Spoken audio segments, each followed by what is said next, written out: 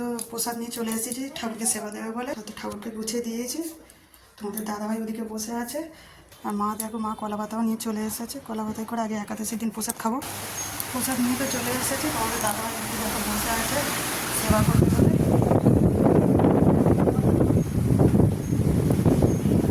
তুলসী পাতা খেয়েছো? মিষ্টির জলটা খাও।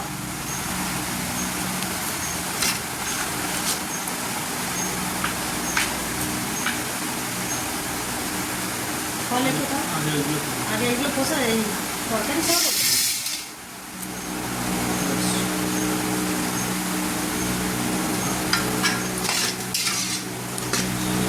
হরে কৃষ্ণ বলো।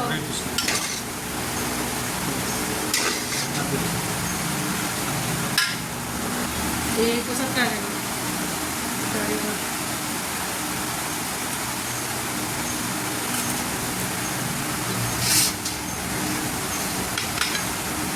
তো বন্ধুরা দু রকম প্রসাদ করেছি। আজকে হচ্ছে কলা আলু পেঁপে একটা তরকারি করেছি, কাঁচা লঙ্কা দিয়ে জিরে গুঁড়ো দিয়ে, আর করেছি কুমড়ো আলু দিয়ে একটা তরকারি করেছি। তো এই দেখো কুমড়ো আলু দিয়ে তরকারি, আর এটা হলো হাঁড়িতে আছে পেঁপে, আর পাকা পেঁপেটা একটু কাঁচা ছিল না, একটু ডাঁচা ডাঁচা ছিল। আমাদের দাদাভাই খেয়ে যাবে, ফের নিয়ে যাবে টিন বক্সে করে। টিন বক্স কোথায়? ব্যাগে আছে। ও ব্যাগটা কোথায়? সেইটা টিন বক্সে ভরে দিচ্ছি।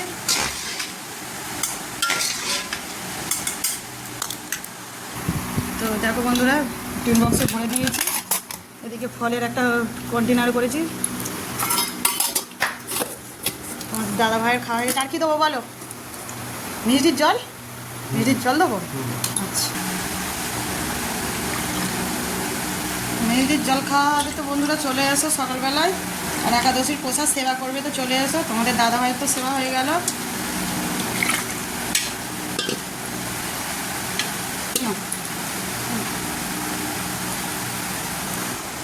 বন্ধুরা তোমাদের দাদাভাই তো খেয়ে চলে গেল, খুব দেরি হয়ে গেছে। তাড়াতাড়ি করে অল্প খেয়ে টিফিন বক্সে দিয়ে দিলাম বেশি করে, তো নিয়ে চলে গেল।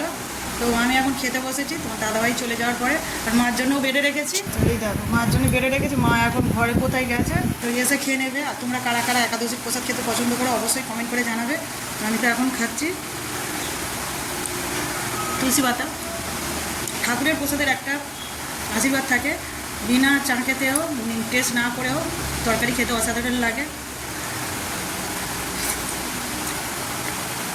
সব ঠিকঠাক হয়, ঠাকুরের নামে রান্না করলে সব ঠিকঠাক হয়।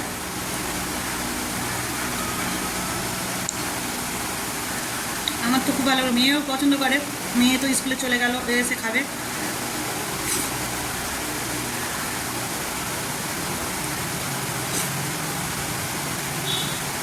তো এবছর প্রথম আম এনেছে আজকের, আর ঠাকুরকে আগে প্রথম সেবা দিলাম, তারপর আমি সেবা নিচ্ছি। আমটা মিষ্টি আছে বন্ধুরা। আমরা তো এখন খেতে থাকি, পরের ভিডিওতে আবার দেখা হবে বন্ধুরা। টাটা।